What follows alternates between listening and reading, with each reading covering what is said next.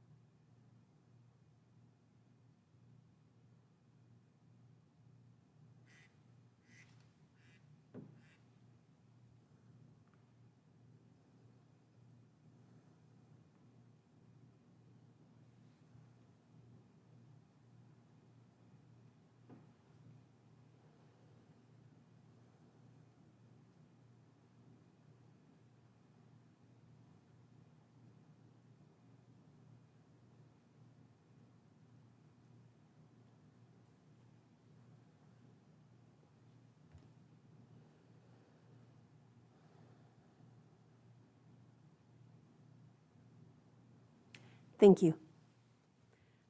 Let's go ahead and all rise for the Pledge of Allegiance.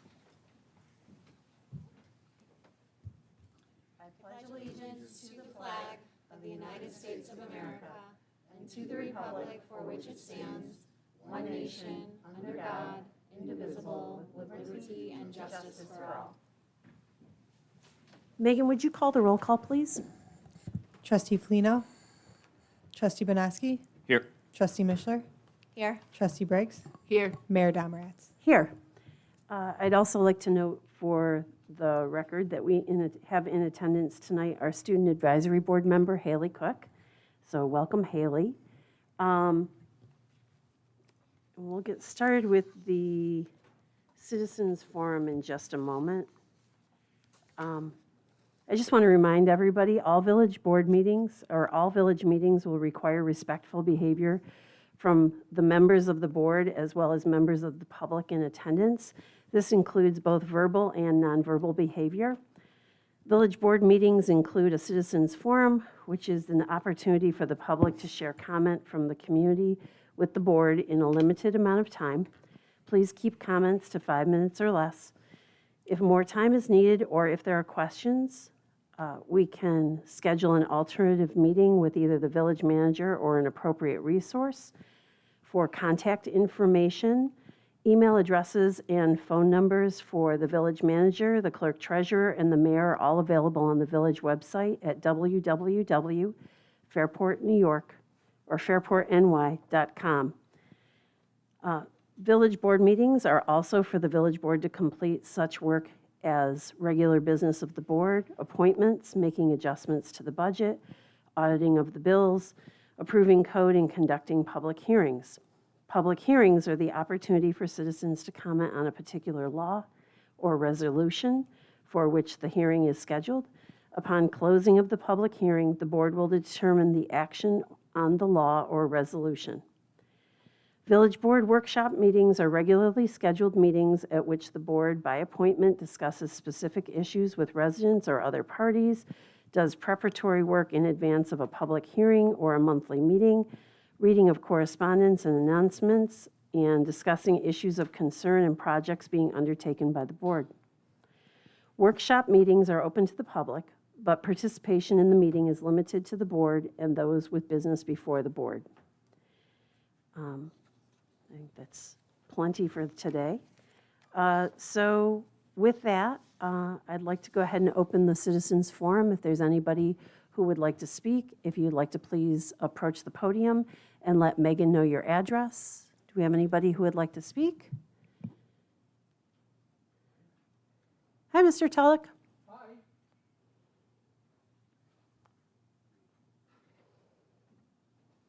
What a surprise.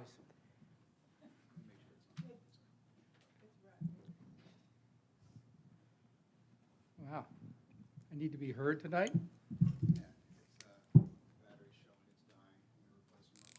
Do you mind waiting for just a minute so Brian can replace the battery? We want to make sure that we're trying to do a better job of making sure that Judge, Here, come on back over. He's got a different microphone right there, please. For now. I feel like the president with two microphones. I'm not sure which one I should use. The little one, the big one's not working. There we go. Hi, Hi. Hi. It's good to see Jim you. Tulloch, 136 West Church Street. Delighted to be here tonight. Good news. Good news. With two dump facilities just to our east, Fairport sure receives its share of dump traffic. Large, heavy, polluting trucks go through the village all day long, back and forth every weekday. What a difference a weekend makes, where it's quiet and normal traffic. I originally attributed most dump traffic to the High Acres landfill. I wondered what could be done to reduce the High Acre landfill footprint on our village. Last fall, having nothing else to do in my life, while reading the execution copy of the agreement between Waste Management and the town of Parrington, I found a statement addressing Waste Management's obligation to the village of Fairport with respect to dump traffic. On page 9, it said, Waste Management New York shall request that all vehicles transporting solid waste to the facility, to the extent practicable, use state roads except for those within the village of Fairport. Who knew Fairport had a guardian angel on the committee that negotiated the agreement? Why didn't we know about it?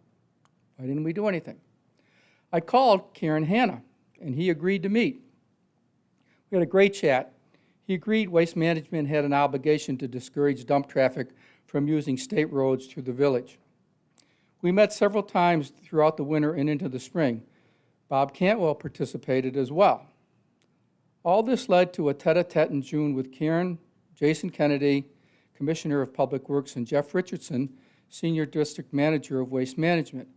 At that meeting, Jeff agreed to actively discourage dump traffic going to Waste Management from using West and East Church Street. He followed through with his commitment. No longer do companies such as Spalina and Silveroli go through our village. He continues to work on some of his more reluctant customers. He and Karen were true to their word. They followed through with their commitment to do something. Jeff also educated me and others of the undisputable fact that his facility does not generate most of the dump traffic in the village. The remaining dump traffic in our village is the result of Elko, also being to the east of us and on the same road. When you see trucks from Casella, Oaks, Junk King, Dependable, Suburban, and many small dump trucks, Elko, and including Elko, they're going to Elko, not Waste Management. Karen and Jeff have followed through on their waste management agreements. We do not see the kind of traffic we have in the past.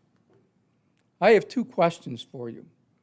Why did the village governance not follow through to insist Waste Management take action when it was so clearly stated in the contract? Who dropped the ball on that one? Did we even know about it? Are there actions the village governance could take to reduce and eliminate Elko dump traffic going through in and out of our villages? Can we do something about Elko? What a better place this village would be without all the dump trucks going through. Thanks.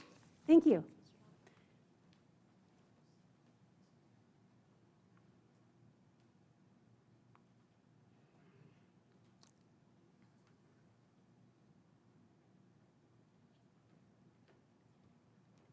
Hi, Bob. Good evening. My name is Bob Cantwell, number 3 Fifth Ave in the village. I'm not here to talk about Lift Bridge Lane East, much to the surprise, I'm sure, of the board, but and I also don't believe I will take a full 5 minutes. So that's the good news, since we're spreading good news tonight.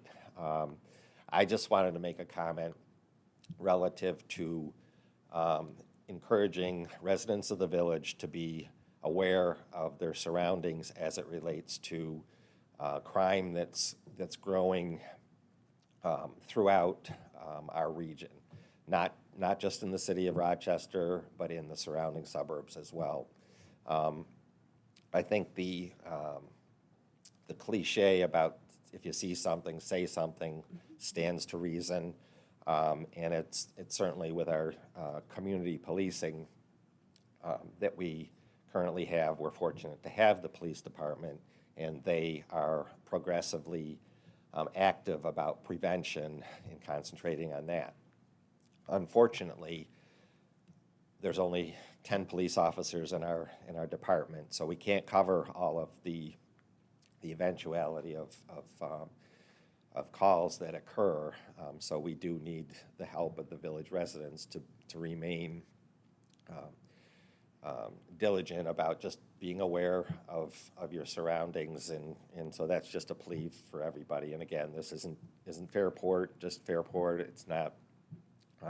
It's just a general message to every resident that lives in the village to be aware of their surroundings, and as I've been told, to lock every door on every car, every opening in our homes. So that's just my message for tonight for the board. Thank you. Thank you. I think that's good reminder that you should lock your car when your car's in your driveway or even in your garage or out on the street. Thank you. I wasn't planning on speaking. Can we I- have your name and your Yep. address, please? Marilyn Ainsworth, 54 Briggs Avenue. I wasn't planning on speaking, and this is going to be completely off the cuff. On August 16th, my husband's truck was stolen out of our driveway. Our fault, it wasn't locked. However, we thought we lived in Mayberry, and I believe that that's the impression that our village would like to give our residents, that we live in Mayberry. It's a lovely village. We're very happy we are residents here. However, when this occurred, the news flew through our neighborhood like fire, and everyone was absolutely shocked that this could happen in our village. I emailed you, Mayor, I believe 2 times, probably 3, expressing my concern and that maybe our residents need to be made more aware of this problem that is clearly growing.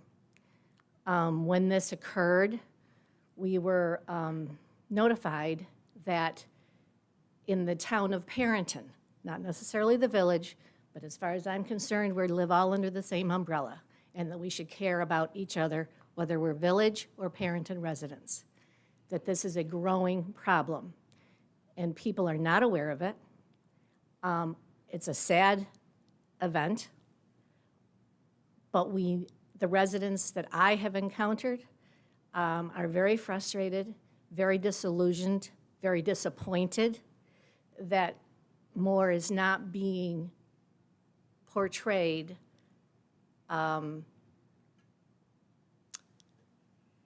more openness about the concerns that we should have for our village and to watch out for each other instead of keeping it a secret and hoping that it doesn't get out there, that we are a wonderful place to live, instead of letting each other know we need to take care of each other, I think would help the morale of the village.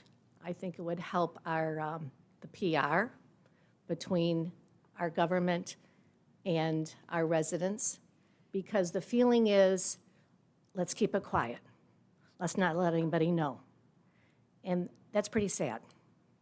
I love our place. I'm so happy we live here. But we need to be honest with the situation that we're being faced with, and that is crime. I have a question, and I normally don't get involved in this, but it was an email situation. Did Chief Barnes come out and talk to you? Absolutely. Did he share could with you the not have data from been the village of Fairport? Better. He was just, instead of a phone call or instead of an email, that man took the time to make an appointment and not only sit down with me once, twice, 3 times he came to our home to express his regret and his concern. And he has also suggested that the residents get together. He would be more than happy to meet with us as to brainstorm and what it is that we can do to help each other. I can't say enough for him. Thank you. I just wanted to make sure that you made people aware that we did address the concerns and. He did. He did. Yeah, But I feel I like don't have any information. I don't. And that's too bad, isn't it? You're our mayor. Shouldn't you be more aware of what it is that we are faced with when it comes to our crime? The police department does not share information about individual items, And you- activities. Do that you happen. ask them? Yes, You do ask them? yes. And they don't share it with you? We get a generalized report because they do not share specific information about different accounts that happen in our village. What do you mean by specific events? Like, I don't get a daily report of yesterday there was a burglary or yesterday. Well, maybe you there was a should. It's not appropriate for them to share confidential information. When you say confidential, you're the mayor. Do you not want You to know what? know I as would far be as the happy to meet crime? with you offline in conjunction with the chief. Why aren't you answering me right now? Because If you ask the police chief to give you a record, I'm not saying you should get confidential information, but for instance, on a weekly basis, wouldn't you like to have a report as to what is going on in our village as far as crime? we get intermittent reports from the chief. And I would be happy to sit down with you and with the chief so he can share with you what he's allowed to share with us as a board. That's fine. Okay, But I feel as I'll- though there is more you could be doing as far as reaching out to your residents to let them know that this is a problem okay. and that we need to help each other out. That's all I- I'm asking you to do. I will do that. Thank you. I That'd be will great. take that advice. Thank you Thank very you. much. Yep. Can I send you an email tomorrow to see if we can set up a meeting with chief and you and myself? Well, I won't be doing it tonight because I'm in this meeting, but I'll be happy to email you tomorrow and see if we can set up a meeting. Thank you. Anybody else who would like to speak? Oh, okay. Okay. Is there anyone who would like to speak during citizens forum? Okay, then I will close citizens forum at 6:43 PM. And we will start to move on to our regular agenda. So item number 1 under unfinished business is a motion by the village board to approve the meeting minutes of August 14th, 2023, the village board meeting. Can I have a motion and a second, please? So move, trustee Mishler. Second, trustee Banowski.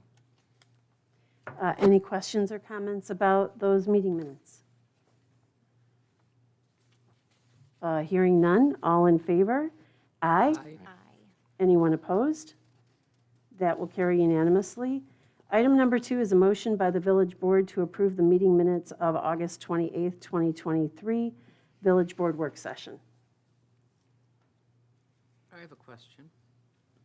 Sure. I think it relates to the, I need to have a motion and a second first before we can start Okay. talking about them. So can I have a motion and a second, please? Sure, so moved. Adam. second, trustee Briggs. Okay. Go ahead with your question, Tracy. Christina Kyle spoke at the August 14th meeting, and she also submitted a couple hundred signatures on a petition that is Appendix 1. And when Chris spoke, she just made the comment that there were more petitions, I don't know where they are. Okay, I live on Main Street and have for almost 25 years, so the petition showed up. And I'd like to enter those in, this isn't, Okay, these, but they won't go with this because Okay, then This where, is- where do I do them? Hand them over to Megan. Okay. But yes, there was another 225 signatures. I believe these were gathered from other businesses on Liftbridge Lane East. And Okay, but it's not part of this because this is the discussion of the minutes from that evening. So please, if you give them to Megan or to Brian, they'll make sure that they go into the record that you presented them this evening. Okay. Thank you. Any other questions about these meeting minutes? Okay. All in favor? Aye. Anybody opposed? And I will abstain because I was not present. So that will carry with a majority vote, which will take us to new business, which item number 1 is a motion to introduce a resolution by the Village Board of the Village of Fairport to permit video conferencing under extraordinary circumstances. So do you want me to read the resolution right here before we get the motion? You can read the resolution if you want. We'll need to hold a public hearing before it gets formally adopted, but if you want to Right. introduce it, Because then yes. in the introduction, I'm just asking, do you want me to read the entire resolution? Sure. Okay. So before we have a motion or a second, I need a motion to introduce the resolution by the Village Board of the Village of Fairport to permit video conferencing under extraordinary circumstances. Whereas by passing Chapter 56 of the laws of 2022, known as Chapter 56, the New York State Legislature amended Section 103 of the Open Meetings Law. And whereas Chapter 56 adds Section 103A of the Open Meetings Law, permitting the Village of Fairport to authorize its members to attend meetings by video conferencing under extraordinary circumstances. And whereas Section 103A 2A requires the Village of Fairport to adopt a resolution following a public hearing authorizing the limited use of video conferencing under such circumstances. And whereas Section 103A 2 allows for hybrid meetings by requiring that a minimum number of members are present to fulfill the public body's quorum requirement in the same physical location or locations where the public can attend. And whereas Section 103A 2C requires that members be physically present at any such meeting unless such a member is unable to be physically present at any such meeting location due to extraordinary circumstances, including disability, illness, caregiving responsibilities, or any other significant or unexpected factor or event which precludes the member's physical attendance at such meeting. And whereas in accordance with Section 103A 2D, any members attending by video conferencing must, except during executive session, be heard, seen, and identified while the meeting is being conducted, including but not limited to any motions, proposals, resolutions, and any other matter formally discussed or voted upon. And whereas Section 103A2G requires that any meeting where a member attends by video conferencing be recorded, posted to the village webpage within 5 business days, and transcribed upon request. And whereas Section 103A2H requires that members of the public be permitted to attend and participate, if authorized, in any meeting by video conference when a member attends by video conference, be it resolved that the Village Board of the Village of Fairport authorizes its members who experience an extraordinary circumstance as described above and further defined by any rules or written procedures later adopted to attend meetings by video conference, as long as a quorum of members attend in person at one or more locations open to the public, as long as the member can be seen, heard, and identified while the open portion of the meeting is being conducted, and as otherwise permitted under Chapter 56 and the laws of 2022, and be it further resolved that the Village of Fairport shall create written procedures further governing its use of video conferencing by its members in compliance with Chapter 56 of the laws of 2022. Can I have a motion and a second for that? So moved. Trustee Mishler? Second, trustee Briggs. Okay. All in favor of that introduction? Oh, I'm sorry. Was there any discussion? Tracy, did you have any questions? I did, I just have to find them again. Okay.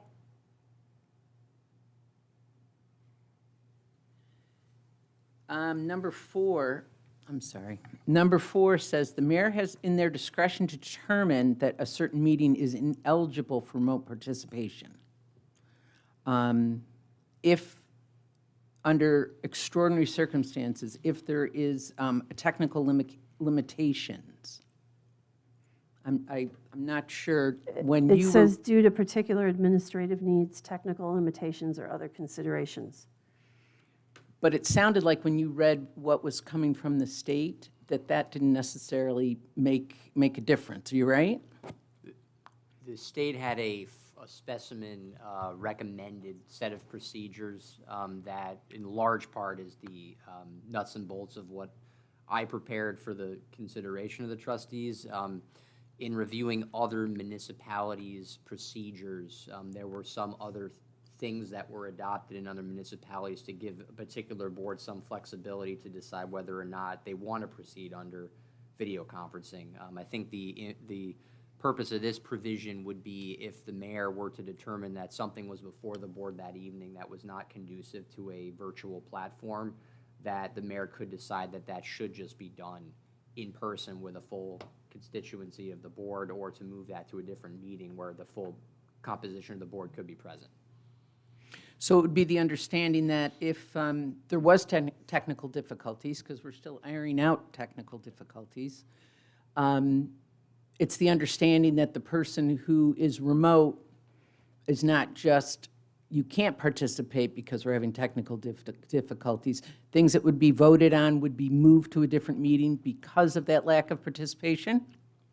No, I think the import of the provision would be that if something was before the board that evening, that the mayor felt was important to have all 5 members present, and if there were technological limitations because of what was before the board that evening, or we were experiencing technological limitations for whatever reason, the mayor could override the procedure so that And say that we'll move it to another we're gonna, meeting. yeah, probably move it to another meeting if for whatever reason we don't have enough members in person for that particular night.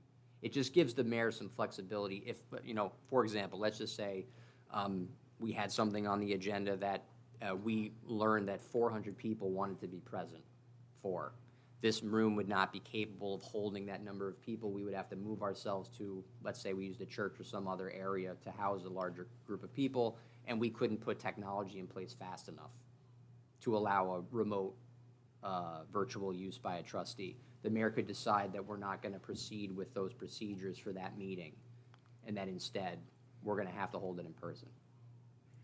Could it be if the meeting was going to go on, there'd have to be a quorum of the board anyway? Could that be something that the board decides?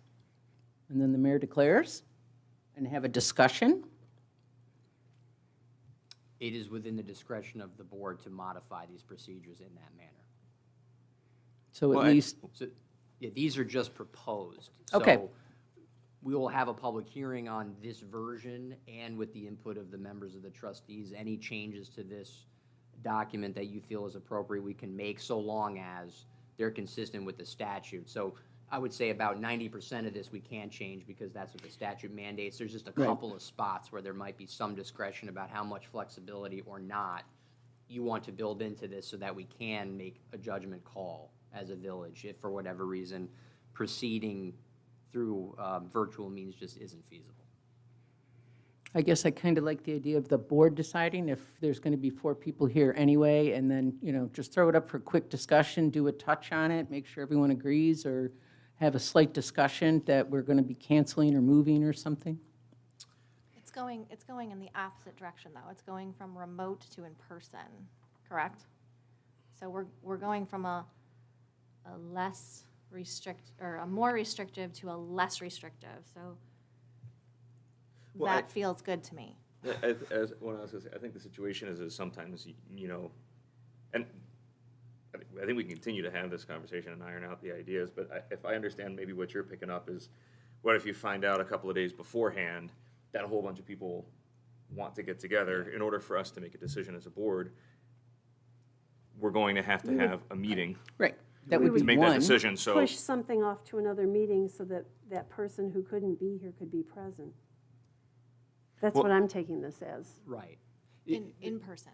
You'd have to have Yeah. a quorum of the board in a special meeting to decide whether the eventual regular meeting is going to be Right. changed from virtual, in part virtual, to full in person because of the circumstances. So if that's the case, we would just have to plan logistically to be able to set up another meeting to decide it. Because the way this is currently set up is we have to provide the village manager and/or the mayor certain lead time to request the virtual meeting. So if you were going to be out and you knew that in advance, no fewer than, I think we had 4 business days, to let the mayor or the village manager say, I'm gonna be remote.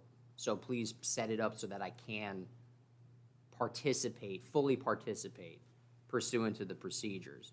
So if between your request and then we learn that there's just not gonna be enough room and we have to move, then I don't think there'd be sufficient time in that circumstance to probably set Right, up a you'd special have meeting. to advertise a special meeting, Right. and all that takes lead time, and that was kind of at least the growth that I thought it was picking. I'm sensing that your discussion, so if there was, because in that window of time, there's 4 days, but it also says if something can't be helped, there's an urgent matter and the board member can't participate live because of whatever the rationale is, this gives the leeway to move that item off of the agenda so that if necessary, we can pull that out in the window of time to make sure that that person who couldn't be there can be there. So it's giving a more opportunity for more people to talk and speak and have participation, which is, I think, what you're supporting, Trustee Briggs. That specific example that you gave is very, very reasonable. I guess I was, when you're reading these alone in your kitchen table, you get different interpretations. And I do know that we've had technical difficulties with Facebook's not up, these meetings aren't, I'm just making sure that that isn't what that intent is. This would be, we'd have to move the meeting versus, Facebook's not working, so therefore, remotely you can't participate. No, I think it's meant so that if something comes up that you need to make that adjustment. As long as we all have that understanding, as I said, It's a two-way street. It's designed to, I think, protect the public so they can fully participate and observe all remote participants and people in person, as well as the virtual participant on the board. If for whatever reason it's determined that there's going to be In both directions. a complication or something where there's some limitation in that ability to have the open meeting. So as if you are here physically, but you're simply virtual. So for whatever reason, we can't have the public cannot, if we don't believe the public can sufficiently observe because of how it's set up, or that you can sufficiently participate because of something that's on the agenda for that night, it's just designed to allow that flexibility, is really what it is. And as drafted in the discretion of the mayor, because she's obviously the chief executive officer, but. But I want to be clear, it's designed to give more opportunity for more residents to participate in here, as well as trustees to participate in here in both directions. Yes. Yes. Yes. The intent of the law is not to make it harder Right. for the public or the trustee to participate virtually. And if that is the case, then that would be, I think, a reason to not proceed virtually under that provision. Correct. it's just, we had that hiccup, when Trustee Felino and I weren't here because remote was expired before this contract at the end of July. But because there was a quorum of 3 out of the 5, there was a vote on the Lift Bridge Lane East design. And I guess I don't want, I mean, I would have preferred you say, everyone should be here. We should have all 5 members. But that was a decision that you chose, a very, very important decision that was chosen not to be pushed out a week. And I guess as we go into the future with these hiccups, I want to make sure that things like that don't happen. And who gets to decide if it's, well, we have a quorum and it's only so important, it's okay that the other 2 aren't here. So I'm going to throw something into this. This law is designed for unusual circumstances, both of the situations where, The no law matter had what, expired, yeah. no matter what the topic was, neither one of those were unusual circumstances. What falls into the context of unusual circumstances is something that's urgent, like an illness or that, going on vacation or going to an event, a work event, wouldn't fall under this law anyway. So when you say that the law had expired, that's different. This is a different situation than what happened that evening. But yet, Those were if not it unusual had circumstances. been expired, why weren't we as board members notified about the video conferencing had already been expired and that there was no video conferencing or remote participation at that time because Governor Hochul's guidelines had expired? But yet, I mean, we knew we weren't going to be here. I mean, but there was never a discussion to say, oh, you can't participate or whatever. May have made different decisions, but I do understand that extraordinary circumstances is not a holiday. Sure. But I also it was not clearly explained to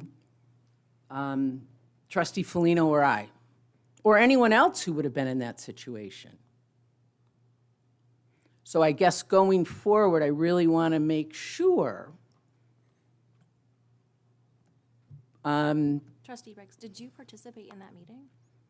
Absolutely the whole time. Okay. In a public place and notice and prepared, but I was not on the screen like during the budget meetings when the mayor was on the screen. Could we explain why the video, Trustee, I'm sorry.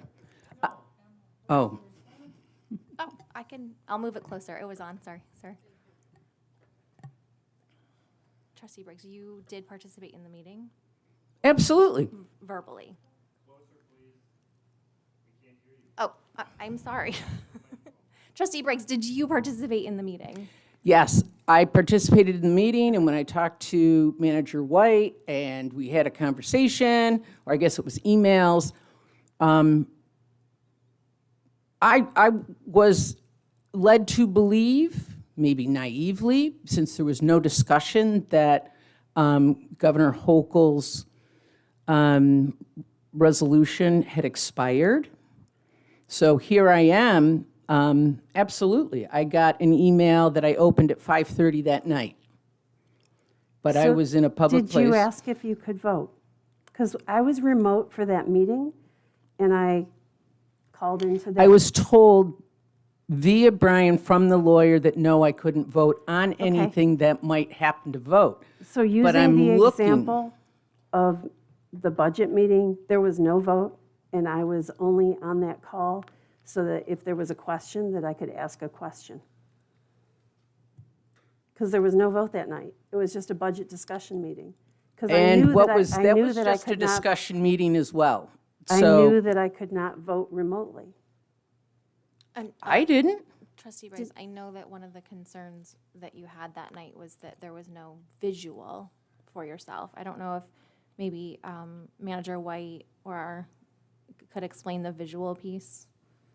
Because I know that when I've participated remotely, I haven't always had visual as well. So maybe just as a clarification, why sometimes just audio and not visual, and in some cases there have been.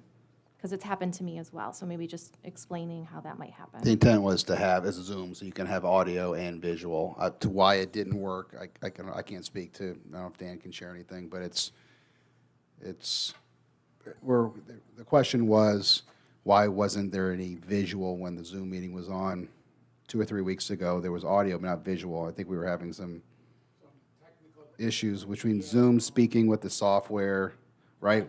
Wasn't this a nationwide thing at that time, or was that, I don't recall. Well, there was nationwide thing with the expert on Facebook Live. As far as the Zoom, I could see you, but for some reason you weren't coming up on here on the screen. And so I could see what you were doing. I had to kind of interact with them. So I guess getting that ironed out with that program that we use to send the broadcast out. Yeah. To, and kind of sitting down and seeing what you're seeing on your side of it, on the back end of, like, when you log into Facebook or into Zoom and seeing here, kind of getting them to talk with that, but there was some, like, issues with the programming itself. And that's happened before. This is not the first time that's happened, because I think Trustee Briggs feels perhaps maybe. Well, if it's happened Special in that before, case. can we, are we addressing it? We are taking technical, looking into it, yeah. We just gotta run some tests, diagnostics, and see, where they are not meeting up with one another. Kind of go from there, iron it out. I guess just to bring it back full circle, that yes, there needs to be some discretion back down here on number 4 as to why we would push out a meeting or why a trustee couldn't participate or vote. Just that if there were a discussion among the quorum that were in person and made the decision. Should we push it out? Is this anything important that we would vote on since they can't vote? Because this is one of the things that isn't covered in the law that we're kind of adding and interpreting. Just a thought. I mean, think about it. We're not making decisions right now, but Right, I was going to say, because I think what we're discussing right now and voting on is whether we want to continue to discuss this and then ultimately vote on it in the future. So timeline on this is we vote on this, and then presumably we'd be talking through this in the next workshop or some other time where we can iron through any of those questions. But timeframe-wise, this comes up at what point?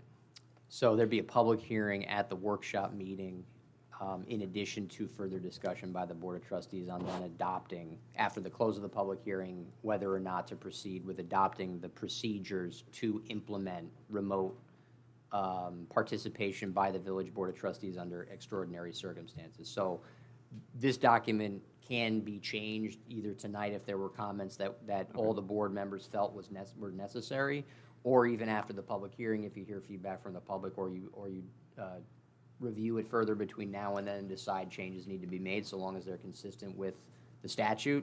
And there's a couple of situations where we can make tweaks. We can do that before it's ultimately approved. And so we're saying timeline-wise towards discussion and approval, Next meeting. 2 weeks. Yep. Okay. It's just helpful to know timelines that way. To bring it back to what Trustee Briggs was saying, though, you would feel more comfortable having the ability of the board to discuss whether the meeting gets moved. or the item of. The, because right, the item the of items, from right. the agenda gets moved to a different meeting, rather than having one sole person make the decision. That's what I'm hearing? Yeah, because there are going to be lots of reasons why you would want to push a meeting, not just, Well- it's too big. I just want to ask the question too. This is only in the context of the extraordinary circumstances. I know. So, if it was a situation again where, for example, Trustee Foligno couldn't be here this evening. And didn't give the 4 days and isn't expecting, right. Got So, that. Or let's say something happened and Trustee Banansky couldn't be here as well. It wouldn't be a situation of okay, we have a quorum here, but because these two folks weren't able to make it tonight, we're not going to take care of this item. It's only in the case of if there was an extraordinary circumstance and somebody was remote. I'm just trying to clarify that. As long as you have a quorum, you can do business. But in this situation, what they're talking about is if you have extraordinary circumstances and someone is remote and you determine that while you meet all the qualifications, something is going on in the meeting where it really needs to be live and in person with everybody present, then it would be the case of moving it. Am I interpreting that correctly? Yes. Okay. Yes. And again, that's a great example. I would think that the members present can also, it could be a benign budget meeting. Sure. Right, but if depending on, people are going to weigh an issue of a vote, I mean, maybe not, depending on what the vote is. It's really only if it's a I get it. situation where that person who is remotely needs to be here and present, in person. Okay, we still have a little difference on that. But that's okay. That's what we'll discuss it further. One last question for John. You cleared it up when you said 4 business days. When I read through this, I never, business isn't in there anyway. It's 4 days, 4 days. Because I was looking to see if it's 4 business days. And if it is, and I was drinking too much coffee at my kitchen table, but making sure it's 4 business days. It is 4 business days in the proposed procedures, the ones that I drafted. And it's actually in there. It is actually in the draft that I prepared, 4 business days. Okay. So you can't have a situation where it's, Right. Yeah, it gives you effectively more time than the 4 regular days, because holidays and weekends would be counted. Would not be counted. If it's business days, they're not counted. Yes. Okay, I was just making sure that was in there, because I was actually looking for it. It's in 3, paragraph 3 on the 4th line. Okay. Any other questions? No. Okay, great. Trustee Mishler, do you have any questions? I'm all set. Trustee Benesky? Looking forward to more discussions. Okay. So I will take a vote on introducing this and setting the public hearing. So a public hearing shall be set for Monday, September 25th, 2023 at 6:30 PM in the Village Hall Boardroom. All in favor? Aye. Aye. Anyone opposed? Then this resolution is introduced. We'll have a public hearing on September 25th, and from there, we'll determine if we are going to pass the resolution. So that completes that particular item. That will take us to item number 2, asking for a motion by the village board to authorize Clifford Street residents to close their street for their annual block party on Saturday, October 14th, 2023, from 1 p.m. to 6 p.m. The rain date will be Sunday, October 15th, 2023, from 1 p.m. to 6 p.m. Barricades will be provided for a block area of Clifford Street between 5th Street and Nelson Street. Access to the street must be maintained for residents and emergency vehicles. Can I have a motion, So please? moved. Adam? Second. By Trustee Briggs. Motion made by Trustee Benosky.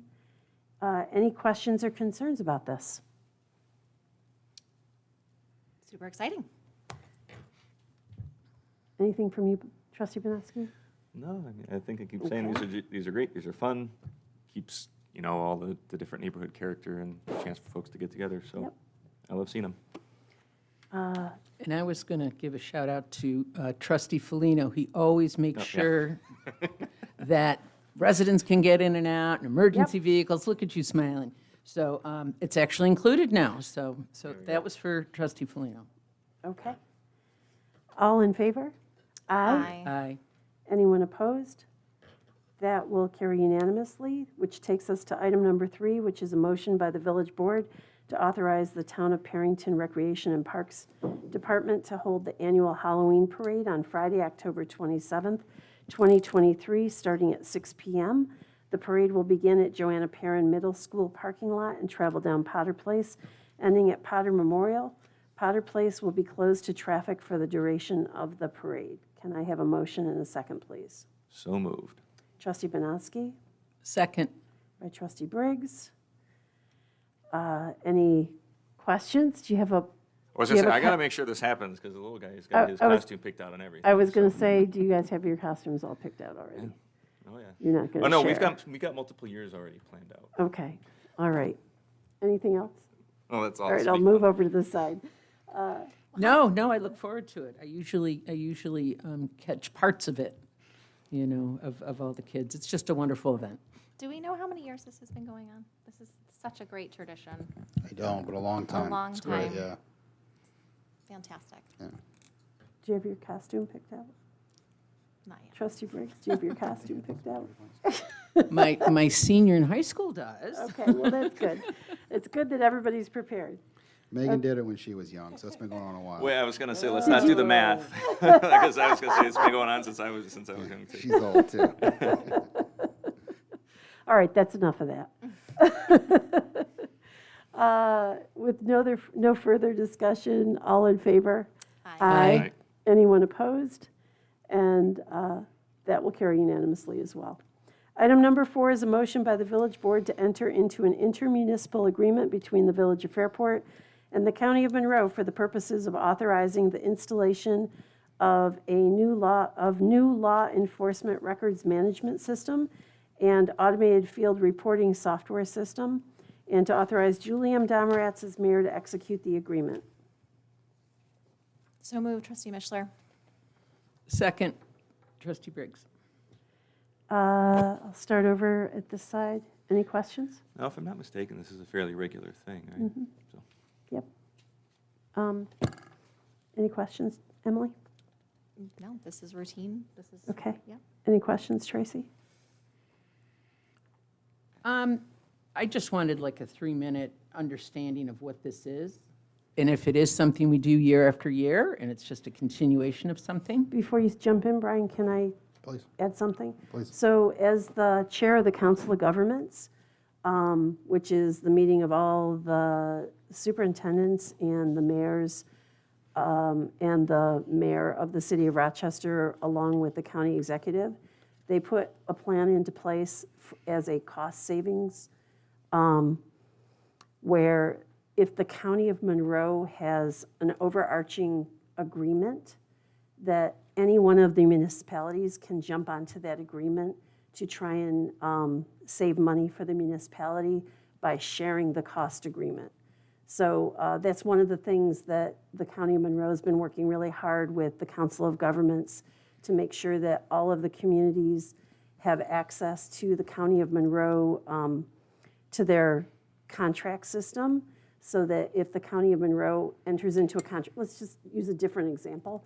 So if the County of Monroe has a bottled water agreement with a supplier, and they get a certain pricing for that, for the County of Monroe, and Fairport wanted to start doing bottled water, we could jump onto that agreement and use the same pricing that the county gets as well. So I didn't want to jump over it, but it's something that I've spent months and months going to these meetings, and I finally got to see it start showing up again on our agendas. So that's an example, and I'll let Brian share anything that you want to from the police department perspective. Sure. Yeah, it's not something we do every year. What we do though is everybody, all the police agencies in Monroe County utilize a system that talks interoperable with all the police agencies in Monroe County. So it works with 911, records retention, management, all the software that's required for us to input our reports in and those types of things related to police-related issues and documents and so forth. All of that runs through the county. They are updating their system, going to a newer system with new software, new procedures, and this just gives them the opportunity to work here since they're putting their software here and they need to come on site to do some of this work as well and do some of the installation work. There needs to be agreements in place in an effort to do that. So it's fairly straightforward. There's nothing significantly great about it per se. It's just it's a newer system. We currently already use it. They're making upgrades, and this is the part of the process to get everyone on to that new system within Monroe County. Okay, Thank you. Yep. I just, sure, it's a good Another question. great example of shared services. Sure. Yep. Any questions? Trustee Mishler? No questions, Mayor. Any questions? Okay. Then, all in favor? Aye. Aye. Anyone opposed? That motion will carry. And another very similar one is item number 5, a motion by the village board to enter into an intermunicipal agreement between the Village of Fairport and the County of Monroe for the purposes of supplying software and services for the design, installation, and implementation of a fingerprint and mugshot capture and data exchange system for law enforcement in Monroe County DWP system, and to authorize Julie M. Domeratz as mayor to execute the agreement. Can I have a motion and a second, please? so moved. By trustee Briggs, Second? by trustee Banowski. I'll start at this end. Any questions? Trustee I Banowski? mean, this just sort of builds off the last one, right? So, I think they were Just kind of another put service together. that we're Yeah. entering into an agreement for. Two separate motions, though. Yes. No All questions. set? Okay. Yes. Any questions? Yep, we talked about it last time, but 2 separate documents for 2 separate Separate things. motions, yeah. That's Sure. why we got it. All in favor? Aye. Aye. Anyone opposed? That will carry unanimously, which takes, you mind if I pop in real quick? I have a little rule of thumb at home, whereas if I'm hot, then Kara's probably comfortable. If I'm cold, she's probably freezing. My hands are a little cold. Is everybody, how's everybody feeling? okay. We- Our people are Sorry, cold. this was- we're not trying to freeze everybody out. It's cold outside now, so. Yeah, that's the thing, is it throws the systems off once that change in temperature happens. Thanks, trustee Banowski. Thank you. Yeah, there we go. And I'm not cold. Cars locked, winter jackets on. Okay, so that takes us to item number 6, a motion by the village board to appoint Zachary Michael Merlot to the DeLand Hose Company of the Fairport Fire Department. So moved, trustee Mishler. Second, trustee Briggs? Any questions or comments? I'll start with Emily this time. All volunteer board, this is incredibly important, so we very much appreciate his service. Okay. Trustee Briggs? Yeah, just thank you. Thank you, Zach, for, joining our volunteer fire department. Anything? Yeah, echo all that and continue to just promote the great folks that we have working in our fire department. And if anyone has interest, there's the fire department webpage that will give you details on how you can make connections with the fire department to offer up your services. We're very lucky that we have an all-volunteer fire department providing those services to us in this community. And it's a great way to give back to your community by being involved with it. I highly thank Mr. Merlot for joining the fire department. So with that, all in favor? Aye. Anyone opposed? That will carry. Welcome, Zachary Michael Merlot to the DeLand Hose Company of the Fairport Fire Department. Thank you for your service. Item number 7 is a motion by the village board to accept the August 2023 financial statements for the Village of Fairport and the July 2023 financial statements for the Fairport Municipal Commission. Can I have a motion and a second, please? So moved, trustee Mishler. Second, trustee Briggs? Okay. Megan, would you like to share any highlights? On the general fund side, we got our quarterly sales tax. 1 month went to this fiscal year, and we were up 2%. We also got our semi-annual franchise fees from Spectrum Cable, so those two were kind of out of the norm. On the capital side, we're starting to spend the capital money. The street resurfacing projects, you saw a lot of bills for that. You saw the bill for the fire truck that hit this month, so stuff's getting done.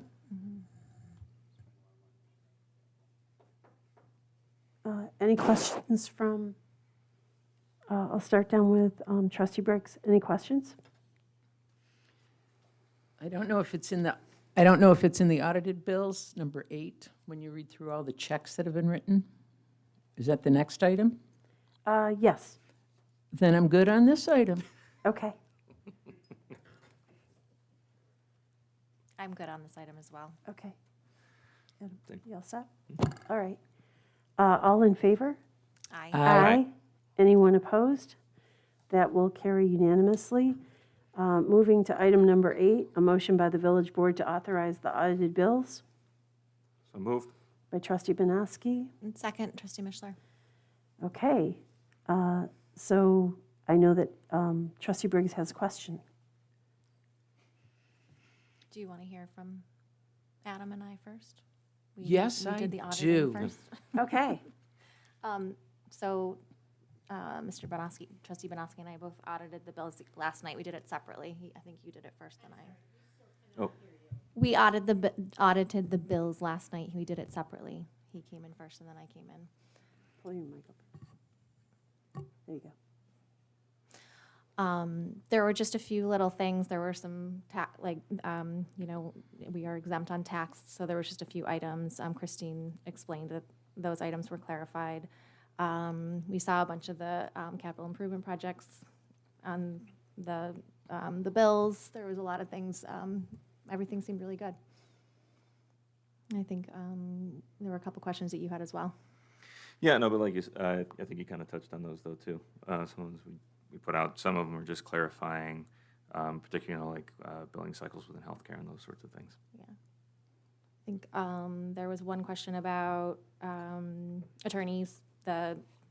It's 1 month behind, so it was the July statement, but it was August. I think it was in Yeah, we pay for the Just services after they've happened. 1 because month it's a- after. So typically they're in that month, correct? Yeah, healthcare we prepay. Yeah. So I think that's where the confusion was. So it's Mr. Mancuso over there.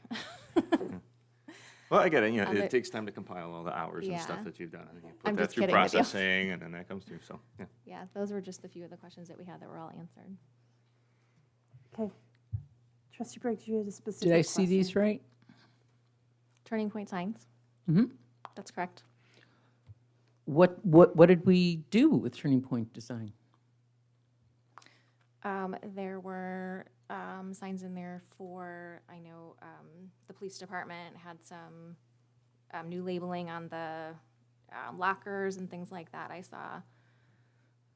It was the police department bill for Turning Point signs. Yes, they have some stickers made, things like that for the bike, for other things that they've done. We always have Public Works doing work with them to create signs or something that we may need or something like that. The ones that I saw Is there were a question regarding were it? the like this? What- lockers. I just wondered if, they do some wonderful creative design and signs. So when I saw Turning Point Design, I thought wanted to know what they were doing, not labeling things. Yeah, I mean, we use them all the time. You're going to see it throughout Okay. the year all the time. It's common. I looked at this very carefully. Yeah, There and it's was probably on the there invoice. was one specific Turning Point sign that we were charged with for labeling. I know it had to do with the police department. So, and trust I was hoping for something little. something much larger. Little, Nothing more exciting than that.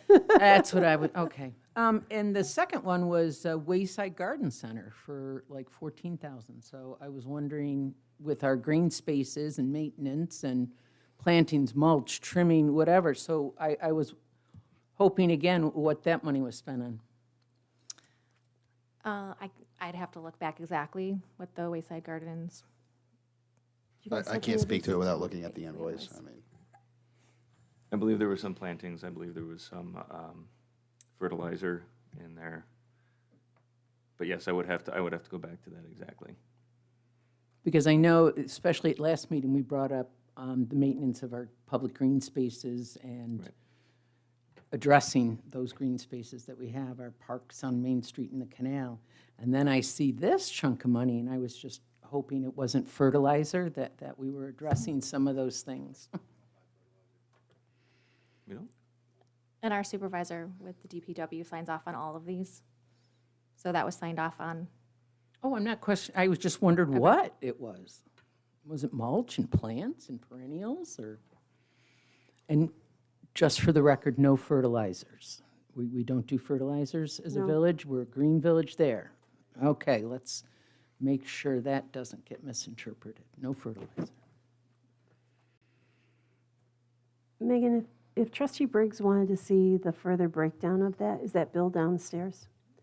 And trustee Briggs is always welcome to join us. I On a have been Sunday? invited, yes, on a I Sunday have invited you afternoon. repeatedly to come with me and audit the bills with me. It's going Are- to be tough. It's football season. Are you okay to move forward with this? Yes, as I said, Okay. I saw both of those, from positives. I was looking for, obviously, fancy creative signs and perennials. Okay. With that, all in favor? Aye. Aye. Anyone opposed? That will carry unanimously as well. Item number 9 is a motion by the village board to amend the previously approved amount of $50,000 to pay health and dental insurance premiums paid in the month of September to $42,352.26. So moved. By trustee Banowski. And second, trustee Mishler. Okay. Any questions or comments? All in favor? Aye. Anyone opposed? That will be unanimous. Item number 10 is a motion by the village board to authorize the clerk treasurer to pay health and dental insurance premiums for the month of October in an initial estimated amount not to exceed $50,000, subject to audit and amending authorization by the village board at their regularly scheduled October meeting. So moved, trustee Mishler. Second, trustee Briggs. All in favor? Aye. Anyone opposed? Then that will carry unanimously, which will take us to item number 11, which is announcements and committee reports. I'll start at this end. Do you have anything that you wanted to share? Just a reminder, school has started, so keep an eye out, make sure everybody's driving safely. Got kids walking, biking, running, having fun after school. We have some great festivals coming up at the end of this month. We have sort of a trifecta coming up. But I don't want to take any thunder from anybody else. So just keep an eye out for that. It's going to be a fantastic time. Looking forward to seeing everybody out there. Trustee Mishler? Oh, going this way. Sure. I am reporting for OSED. I have quite a few things. The North Main Street parking expansion is, they're working on that. There's approximately 45 to 50 additional spots that would be going in there. There's also a small park that they're thinking of kind of buffering the east end of that parking lot from the Thomas Creek wetland area. Also to give like the north side of our village additional green space, which I think is a great idea. The front porch grant has been updated to now include the reopening of porches. And there's a $4,000 reimbursement that folks would be eligible for. So up to $4,000 for reopening front porches. There is a facade grant for village businesses that is also available, up to $10,000 for that, which is incredible.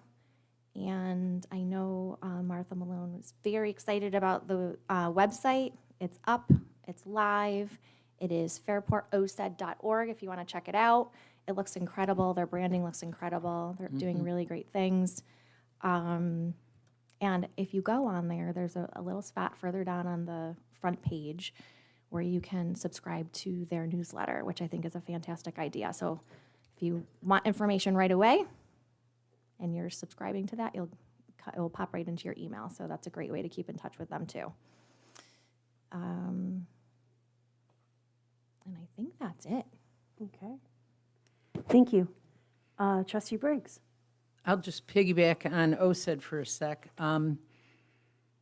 The website is very user-friendly, and I know trustee Mishler mentioned the north parking study of expanding their lot and a little park in the wetlands.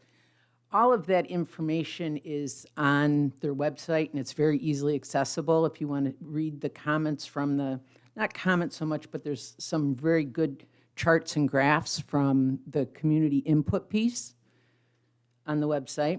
And I know Martha and I also talked about perhaps we still have some gears from the bridge. So we're thinking of maybe doing a sculpture piece there too, to bring that in. And then lastly, the long-awaited, much anticipated Fairport Public Art T-shirts are going on sale. They're debuting this Saturday at the Public Market. So, and that is a fundraiser for the partnership as well as Public Arts. Okay, so I'm going to go back to you because nobody shared when no, not John, you, Adam. Nobody shared when Oktoberfest was and Scarecrow Festival. Oh, man, yeah, we got it I all hope going. you have the dates there. Yeah, no, we got it all going down the our last weekend here. Right? So we've got, hold on, let me make sure I get these dates right, though, in my calendar. Come on. Nothing. Open it on there. I think we're talking about the 28th, 29th, and 30th, correct? Yes. So there we go. I'm counting on you. I hope you have these dates correct. Yeah, the 28th, the 29th, and the 30th. We have Oktoberfest. I'm always excited about that because it's an Oktoberfest in September, which is when it is traditionally held. There's a history there. Go check it out. It's fun. We have the Scarecrow Fest going on at the same time, and I think we have Plein Air going on. Yes, that same day. Yeah. So there's a lot to do in the village. Make sure you mark it on your calendars. It's a nice way to put a little bow on the summer and take us into fall. All set? And plein air, I got to jump in. Plein air Yeah, is, yeah, French for painting outside and painting live, what you see in front of you. So the artists are signing in. We have a different venue this year. It's going to be up at Fairport Brew House, up in the Cannery. Faircraft, and it has all that beautiful glass openings.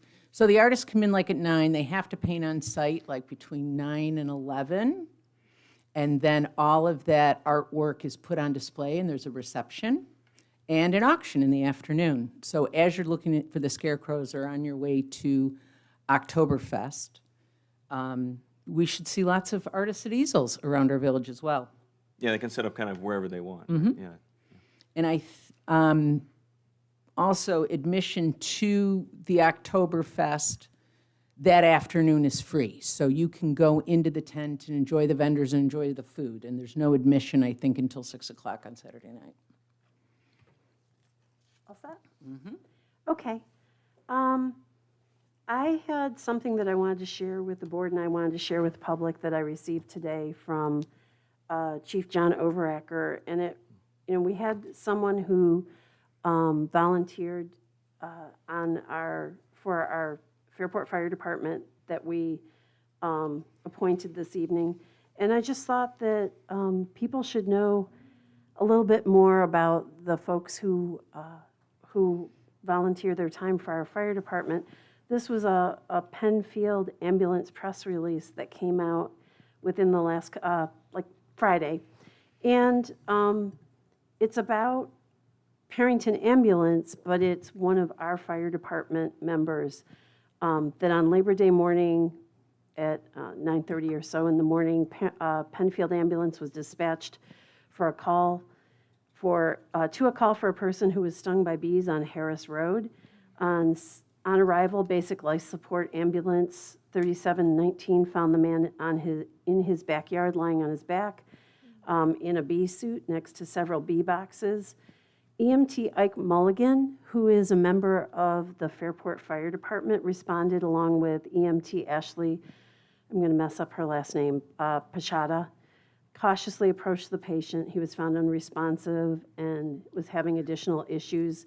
The EMT immediately requested, Pachada immediately requested ALS, advanced life support, to the scene while EMT Mulligan tried to remove the patient from the swarm of bees and was able to move him about 30 feet before being overcome by thousands of bees and was stung over 100 times. EMT Mulligan then went back to his basic life support bag and pulled out our check and inject epinephrine kit, prepped the medication, went back to the patient to push epinephrine into the patient's thigh while being stung by an additional 150 more bees, or stung 150 more times. At this point, he removed himself from the bees and had to leave the patient in the yard. Being in the vicinity, EMT Pashada was stung roughly 5 times. There was next arriving ambulance, and that arrived on the scene, and an additional paramedic treated EMT Mulligan, while the partner EMT went to help EMT Pashada, and she was stung at least 6 times herself. At this time, due to the scene not being safe, Operations Manager Dan Reardon, who is also with our Fairport Fire Department, made the decision not to send anyone else down to the patient until Penfield Fire arrived. Some more ambulances were requested at the scene. Roughly at 10 o'clock, Penfield firefighters started to arrive on the scene and utilized CO2 fire extinguishers on the bees in full turnout gear so that they could get access to the patient. The patient was picked up and loaded into the ambulance on a gurney and mobilized for transport. At this time, Penfield ambulance, their 3rd ambulance, was on the scene with the crew, and they took the original patient to Strong, who was still unresponsive at this time. And while en route to the hospital, paramedic Smith provided more life-saving interventions for the patient, and he did start to become alert and responsive. That patient was the original individual who had been stung. EMT Mulligan and EMT Pashada were transported by paramedic Primo and then treated and released at Strong. And the additional EMT, Jovis, last name starting with a J, was treated by Parrington Ambulance and then treated and released at Highland Hospital. Due to all of our ambulances being out for service for an extended period of time and call, some of the reliefs were provided by, for additional needs by Parrington Ambulance, Arundel Point Ambulance, and they assisted by covering the district. This is the part that I think is the most important to notice of this whole statement. If it wasn't for the incredible act of valor by EMT Mulligan under extreme risk of injury and death, his ability to sacrifice himself in the heat of the moment allowed for this patient to survive. The incredible team effort by everyone on the scene was impressive and a constant reminder of the impressive work our responders do that serve the town of Penfield, but these people also serve the village of Fairport and the town of Parrington. And I just wanted to thank them for their service in a very, very challenging situation. It was one of those lucky things that this patient survived without their expert care. This person may not have. So I think it's important to understand that we have some very talented people who volunteer their time in our community, and that we need to make sure that we say thank you whenever we have an opportunity. So I want to say thank you to EMT Mulligan, who is a member of the Fairport Fire Department. I know it was a long story, but I think it's important to recognize the type of work that these individuals do. And with that, Thank you for sharing. Can we ask our student advisor, Haley Cook, how school went her first week back? Sure. She's a senior. Sorry. And anything else she would like to share? Yes, I started school on September 7th, and everything is going great. I'm taking multiple AP and SUPA classes, so we're just starting the workload, but I'm very excited. And actually, later this September, I'm going to DC for a school trip about policymaking and governmental politics, so I'm very excited about that. we might have to ask you for a trip report when you come back. I will give it, very much so. Okay. And that's it. It's a very busy but exciting September. So. Thank you. Thanks for remembering that. Of course. All right. With that, I will get to the upcoming village board meetings. There is a village board work session scheduled for Monday, September 25th, 2023 at 6:30 p.m. Please remember that's also the public hearing for the resolution that we talked about this evening. Our regular village board meeting, the next one will be Tuesday, October 10th at 6:30 PM. 2023, both meetings will be held in this room on the second floor boardroom at 31 South Main Street in Fairport. And with that, I would like to ask for a motion to adjourn So moved. by trustee Briggs, Second. by trustee Banowski. All in favor? Aye. Aye. Anyone opposed? Then I think we can adjourn the meeting for this evening. Thank you for everyone who joined us in the room this evening, who gave public comment, and also for anyone who joined us online. Have a great evening.